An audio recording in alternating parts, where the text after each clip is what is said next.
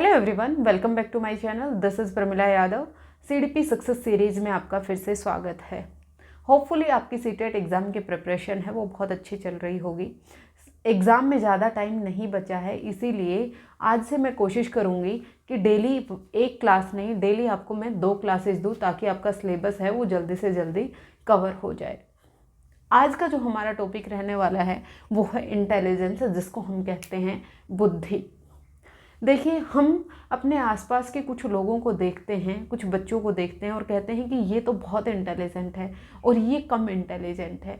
तो ये जो इंटेलिजेंसी हम डिटरमाइन कर रहे हैं, किसी को हमने बहुत इंटेलिजेंट कह दिया, किसी को हमने कम इंटेलिजेंट कहा, ये किस बेस पर कर रहे हैं? बच्चा किस तरह का व्यवहार कर रहा है, किस तरह की मेंटल एबिलिटीज़ बच्चा शो कर रहा है, ये सब चीज़ें ही हम जब देखते हैं तो हम बच्चे का पता लगाते हैं कि ये इंटेलिजेंट है या फिर ये कम इंटेलिजेंट है।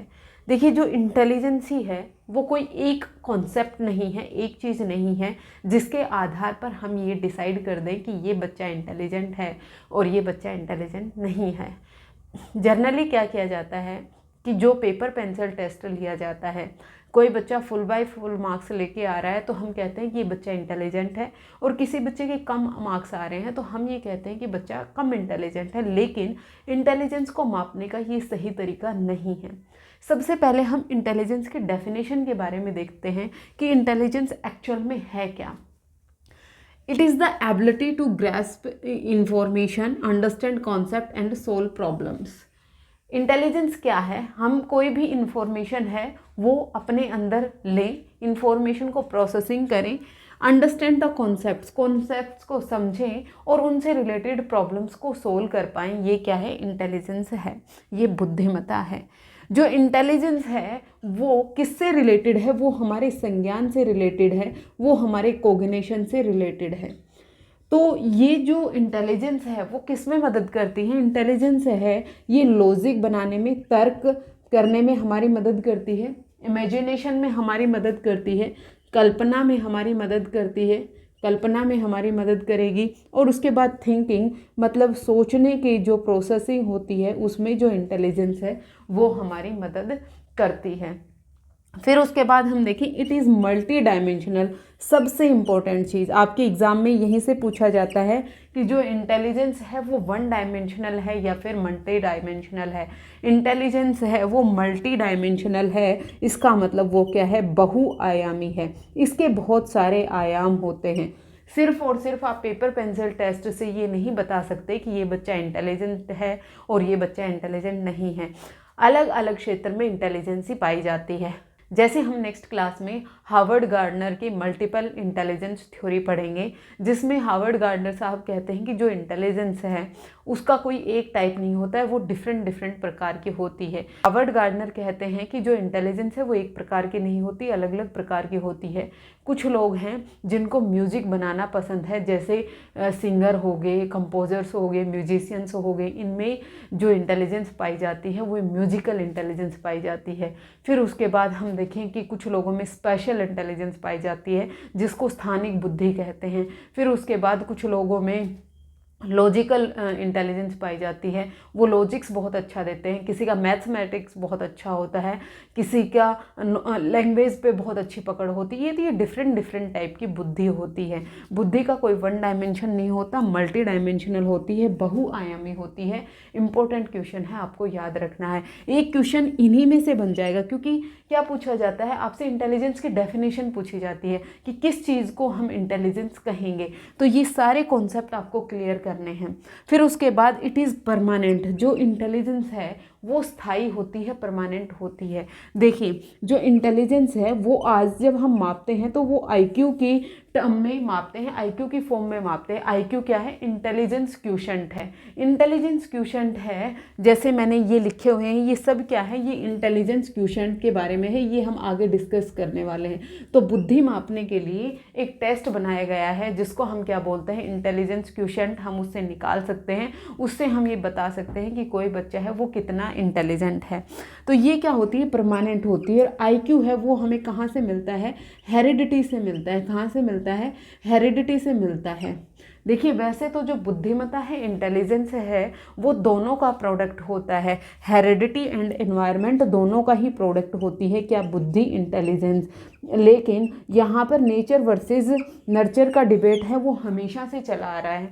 अब ये नेचर वर्सेस नर्चर का डिबेट क्या है, नेचर क्या होती है, नेचर होता है आपकी अनुवांशिकता, क्या होती है, अनुवांशिकता, आपकी हेरिडिटी, और फिर उसके बाद आता है आपका नर्चर।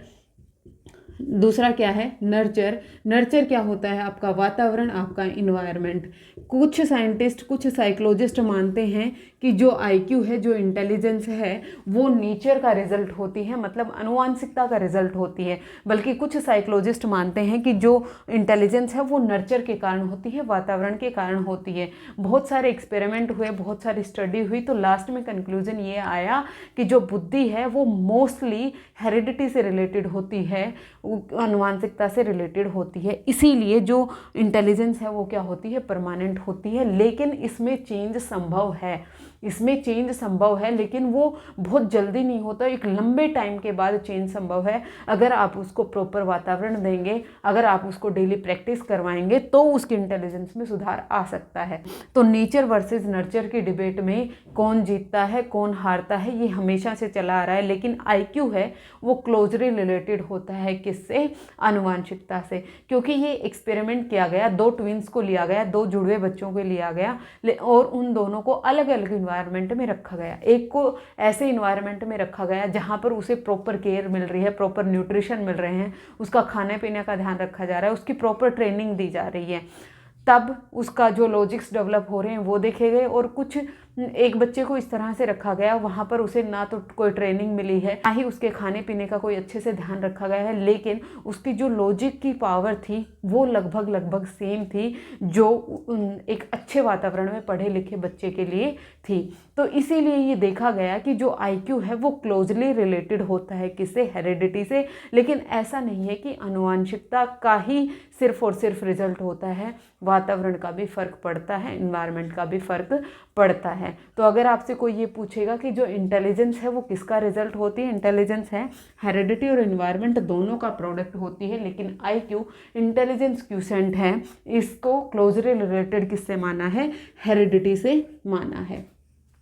फिर उसके बाद हम देखें जो इंटेलिजेंस है ये अडेप्टेशन, समायोजन की क्षमता है। जब हम किसी नए इन्वायरमेंट में जाते हैं तो हमें क्या करना पड़ता है, अपनी बुद्धि के अकॉर्डिंग हमें वहाँ पर एडजस्ट करना पड़ता है। जैसे हम बच्चे हैं, वो एक स्कूल से दूसरे स्कूल में ट्रांसफ़र हुए, तो उसको क्या मिला, नया माहौल मिला। कितनी जल्दी वो उस नए माहौल में अपने आप को एडजस्ट कर लेता है, अपने आप को समायोजित कर लेता है, ये भी क्या है, इंटेलिजेंस का ही पार्ट होता है, ये भी बुद्धि का ही पार्ट होता है। तो बुद्धि के बारे में हमें क्या समझ में आया, बुद्धि है वो हमें लॉजिक, तर्क करने, कल्पना करने तथा हमारे जो थिंकिंग है, सोचने समझने में हमारी मदद करती है। जो इंटेलिजेंस है वो किसी भी इंफॉर्मेशन को अपने अंदर ग्रहण करने, प्रॉब्लम्स को सोल्व करने तथा कॉन्सेप्ट को बनाने में हमारी मदद करती है। जो बुद्धि है वो मल्टी डायमेंशनल है, बहुआयामी है, एक से ज़्यादा आयाम होते हैं। जो बुद्धि है उसको मापने के लिए हम आईक्यू का इस्तेमाल करते हैं, इंटेलिजेंस क्वोशिएंट का इस्तेमाल करते हैं, ये अभी हम आगे डिस्कस करेंगे। फिर उसके बाद जो बुद्धि है वो एक समायोजन की क्षमता है, अडेप्टेशन की क्षमता होती है। फिर उसके बाद देखा हमने जो बुद्धि है वो क्या होती है, परमानेंट होती है, इसमें चेंज संभव है, लेकिन एक लंबे टाइम के बाद ही इसमें कोई चेंज संभव हो सकता है। जो इंटेलिजेंस है वो किससे रिलेटेड है, वो हमारे संज्ञान से रिलेटेड है, और ये अमूर्त होती है। कैसे होती है, अमूर्त होती है। इसका मतलब क्या है, इसको आप सिर्फ और सिर्फ फील कर सकते हैं, किसी के व्यवहार में ऑब्जर्व कर सकते हैं, इसको आप टच नहीं कर सकते। अमूर्त का मतलब एब्स्ट्रैक्ट है। कुछ चीज़ें कौन सी होती, कॉन्क्रीट होती हैं, जिनको आप टच कर सकते हैं, फील कर सकते हैं। लेकिन जो बुद्धि है, जो इंटेलिजेंस है, वो कैसी होती है, अमूर्त होती है। किसी ने भी बुद्धि को छूकर नहीं देखा है, सिर्फ और सिर्फ किसी के व्यवहार द्वारा, किसी के जो बिहेवियर है उसके द्वारा हम देखते हैं कि वो कितना इंटेलिजेंट है और कितना इंटेलिजेंट नहीं है। अब हम इंटेलिजेंस की थोड़ी सी हिस्ट्री के बारे में बात करते हैं। इंटेलिजेंस है, सबसे पहले इंटेलिजेंस पर बात किसने की थी, सबसे पहले बुद्धि शब्द का जो यूज किया था, इंटेलिजेंस शब्द का यूज किसने किया था? गाल्टन ने किया था। किसने किया था? गाल्टन ने किया था।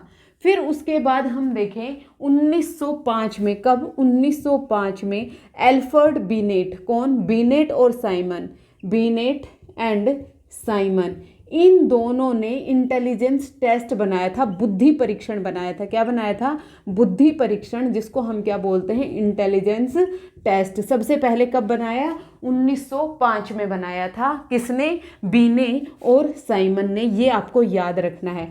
फिर 1908 में बीने ने मेंटल एज, कौन सा कॉन्सेप्ट दिया? मेंटल एज का कॉन्सेप्ट दिया, मानसिक आयु का कॉन्सेप्ट दिया। मानसिक आयु के कॉन्सेप्ट के बाद 1912 में जो स्टर्न है, उन्होंने आईक्यू का कॉन्सेप्ट दिया। उसके बाद 1912 में कौन आए? स्टर्न आए। स्टर्न आए जिन्होंने आईक्यू का कॉन्सेप्ट दिया। तो अगर आपसे कोई पूछ ले आईक्यू का कॉन्सेप्ट किसने दिया था, तो वो स्टर्न ने दिया था। और कब दिया था? 1912 में दिया था। इस आईक्यू के कॉन्सेप्ट का रिवाइज्ड फॉर्मूला दिया गया। रिवाइज्ड फॉर्मूला आया 1916 में, जो किसने दिया था? टर्मन ने दिया था। किसने दिया था? टर्मन ने दिया था। जब स्टर्न ने आईक्यू की बात की तो इसने कहा था जो आईक्यू है वो mental age upon chronological as होता है, मतलब मानसिक आयु अपॉन वास्तविक आयु होता है। जबकि टर्मन ने कहा जो आईक्यू है वो क्या होती है? मानसिक आयु, मानसिक आयु अपॉन वास्तविक आयु, वास्तविक आयु और मल्टीप्लाई बाय 100, मल्टीप्लाई बाय 100। ये जो फॉर्मूला है ये रिवाइज्ड फॉर्मूला 1916 में टर्मन ने दिया और इसी का यूज किया जाता है। और ये आपके एग्जाम पॉइंट ऑफ व्यू से भी इम्पोर्टेंट है। यहाँ से आपका क्वेश्चन बनता है। एक क्वेश्चन बताया कि जो इंटेलिजेंस है उसकी डेफिनेशन पूछी जाती है, इंटेलिजेंस की कैरेक्टरिस्टिक पूछी जाती हैं कि इंटेलिजेंस की क्या क्या विशेषताएं होती हैं, जो अभी मैंने आपको डिस्कस करवाई।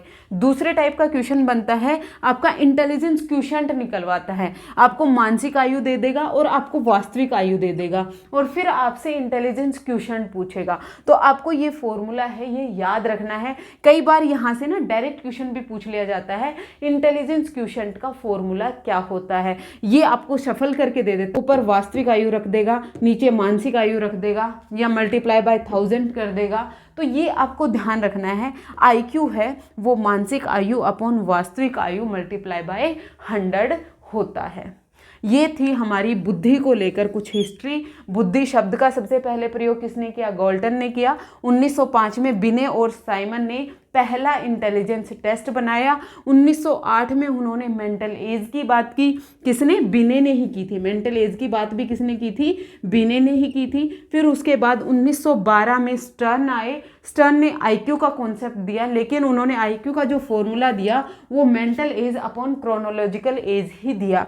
फिर 1916 में टर्मन आए जिन्होंने आईक्यू का रिवाइज्ड फॉर्मूला दिया, जिसको उन्होंने कहा मानसिक आयु अपॉन वास्तविक आयु मल्टीप्लाई बाय 100। ये था आपका इंटेलिजेंस को लेके हिस्ट्री। अब हम बात करते हैं कि जो हमारे यहाँ पर बच्चे होते हैं हमारी क्लास में या हमारे आसपास जितने भी बच्चे हैं, हर एक बच्चे की जो इंटेलिजेंस है, बुद्धिमत्ता है, वो अलग अलग होती है। और हर एक बच्चे की इंटेलिजेंस और बुद्धिमत्ता अलग अलग होने के पीछे जो रीज़न होता है वो क्या होता है? इंडिविजुअल डिफरेंसेस होते हैं, व्यक्तिगत विभिन्नताएं होती हैं। हर एक बच्चा एक दूसरे से अलग होता है क्योंकि उनमें क्या पाई जाती हैं? व्यक्तिगत विभिन्नताएं पाई जाती हैं, इंडिविजुअल डिफरेंसेस पाए जाते हैं। अब ये जो इंडिविजुअल डिफरेंसेस पाए जाते हैं, क्या पाए जाते हैं? इंडिविजुअल डिफरेंसेस पाए जाते हैं। ये किसके आधार पर होता है? ये होते हैं हेरिडिटी एंड एनवायरनमेंट के आधार पर। हेरिडिटी एंड एनवायरनमेंट के आधार पर हर एक बच्चा है वो एक दूसरे से अलग होता है।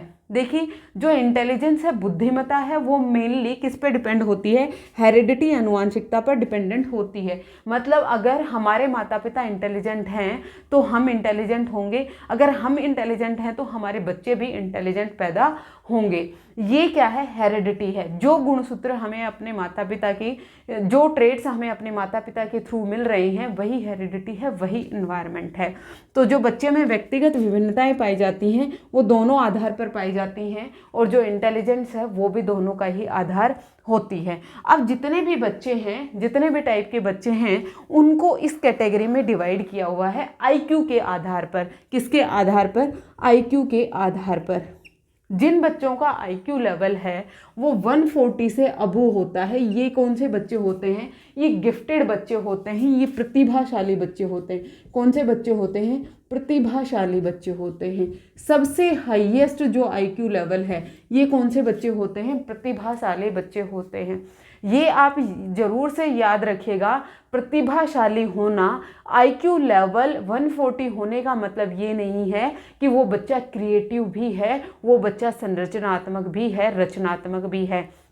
बच्चे कई बार कंफ्यूज हो जाते हैं, उनको लगता है कि जो बच्चा गिफ्टेड है वो क्रिएटिव भी होगा। ऐसा बिल्कुल भी ज़रूरी नहीं है। जो बच्चा क्रिएटिव होगा उसकी बिल्कुल ये ज़रूरी नहीं है कि उसका आईक्यू लेवल है 140 हो। एक सामान्य बच्चा भी क्रिएटिव हो सकता है। तो जिन बच्चे का आईक्यू लेवल 140 से अबव होगा वो प्रतिभाशाली होंगे। जिन बच्चों का आईक्यू लेवल 130 से 139 होगा उसको हम प्रखर बुद्धि बोलेंगे। फिर इसको क्या बोला जाएगा? सुपीरियर बोला जाएगा। क्या बोला जाएगा? सुपीरियर बोला जाएगा, वेरी सुपीरियर। ये क्या है? वेरी सुपीरियर है। जिन बच्चों का आईक्यू लेवल 120 से 129 होगा ये सुपीरियर होते हैं। इनको क्या बोलते हैं? हम तीव्र बुद्धि बोलते हैं। जिन बच्चों का आईक्यू लेवल 110 से 119 होगा इनको अबू एवरेज बोला जाता है। क्या बोला जाता है? अबू एवरेज बोला जाता है।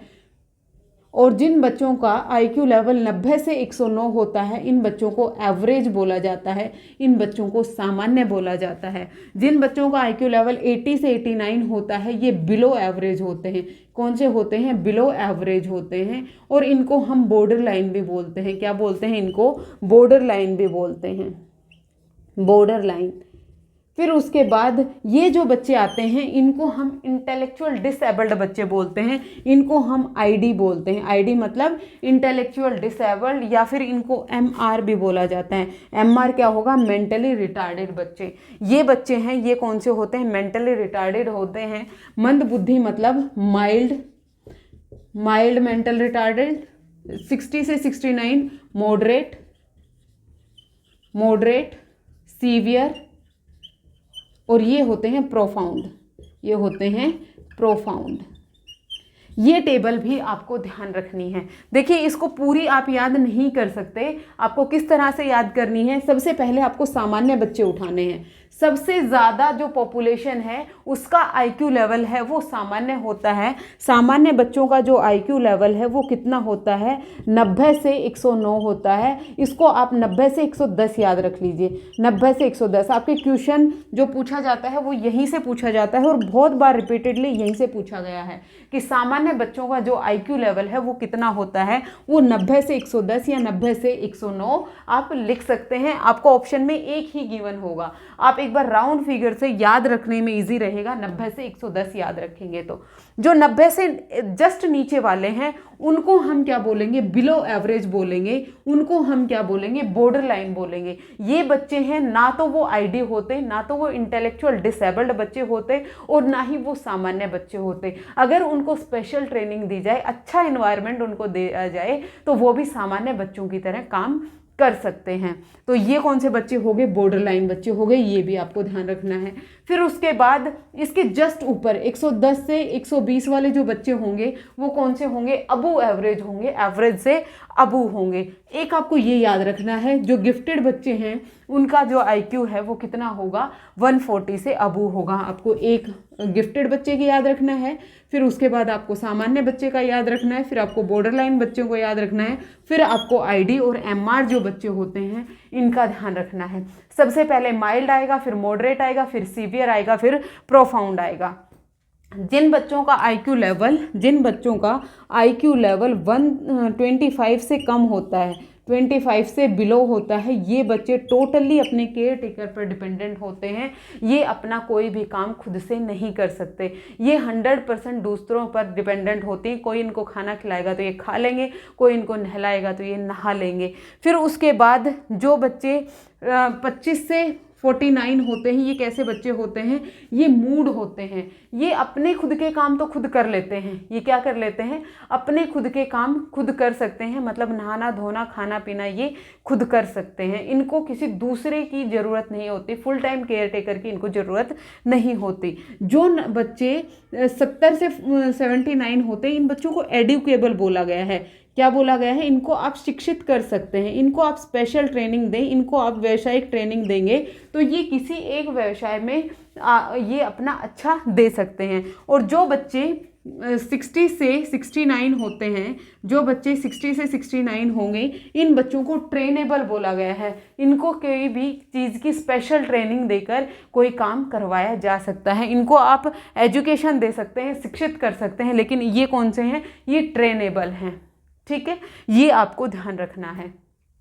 सबसे पहले सामान्य बच्चों वाला कॉन्सेप्ट उठाओ। सामान्य बच्चे सबसे ज़्यादा जनसंख्या में होते हैं। वो कितने होते हैं? 90 से 110 उनका आईक्यू लेवल होता है। उनके जस्ट ऊपर वाले अबू एवरेज आएंगे, उनके जस्ट नीचे वाले बॉर्डर लाइन आएंगे। वो ना तो इंटेलिजेंट होते हैं और ना ही वो इंटेलेक्चुअल डिसेबल्ड वाले बच्चे होते हैं। गिफ्टेड बच्चे जो सबसे ज़्यादा टॉप लेवल पे हैं, वो कौन से होंगे? जिनका आईक्यू लेवल 140 से अबू होगा। फिर उसके बाद जो आईडी वाले बच्चे हैं, जो एमआर वाले बच्चे हैं, वो कौन से होंगे? 0 से और 80 तक के जो बच्चे हैं वो मेंटल रिटार्डेड या फिर इंटेलेक्चुअल डिसेबल्ड बच्चे बोला गया है। ये आपको ध्यान रखना है। इस टेबल से आपके जो क्वेश्चन बनते हैं वो किस तरह के बनते हैं मैंने आपको ये भी बता दिया। मैंने आपको इंटेलिजेंस की कैरेक्टरिस्टिक बताई, इंटेलिजेंस क्या होती है। इंटेलिजेंस हेरिडिटी और एनवायरनमेंट दोनों से प्रभावित होती है। फिर उसके बाद मैंने आपको इंटेलिजेंस की जो हिस्ट्री थी वो बता दी है। फिर उसके अलावा देखिए, जो आपका सीटेट का एग्ज़ाम है ना, यहाँ पे जो बहुत सारी थ्योरी हैं, जो 1 फैक्टर थ्योरी है, 2 फैक्टर थ्योरी है, 3 फैक्टर थ्योरी है, जर्नल इंटेलिजेंस है, स्पेसिफिक इंटेलिजेंस है, या फिर थॉर्नडाइक की जो 3 type triarchic theory of intelligence है, यहाँ से क्वेश्चन नहीं पूछे जाते। आपके एग्ज़ाम में पूछा जाता है हार्वर्ड गार्डनर की जो मल्टी डायमेंशनल इंटेलिजेंस थ्योरी है, वो आपके एग्ज़ाम के लिए इम्पोर्टेंट होती है। तो नेक्स्ट क्लास में हम हार्वर्ड गार्डनर की थ्योरी है वो डिस्कस करेंगे। फिर उसके बाद आपका इंटेलिजेंस वाला टॉपिक जो सीटेट में पूछा जाता है लगभग कंप्लीट हो जाएगा। अगर कुछ बचता है तो उससे नेक्स्ट क्लास में भी मैं वो कवर करवा दूंगी। होपफुली आपको ये क्लास पसंद आई होगी। अगर आपको ये क्लास पसंद आई है तो आप लाइक शेयर एंड सब्सक्राइब कर दीजिएगा, उससे मुझे मोटिवेशन मिलता है और फिर आपके लिए ज़्यादा से ज़्यादा वीडियो लाने का मन भी करता है। आज के लिए इतना ही, नेक्स्ट वीडियो में फिर से मिलते हैं। Thank you very much.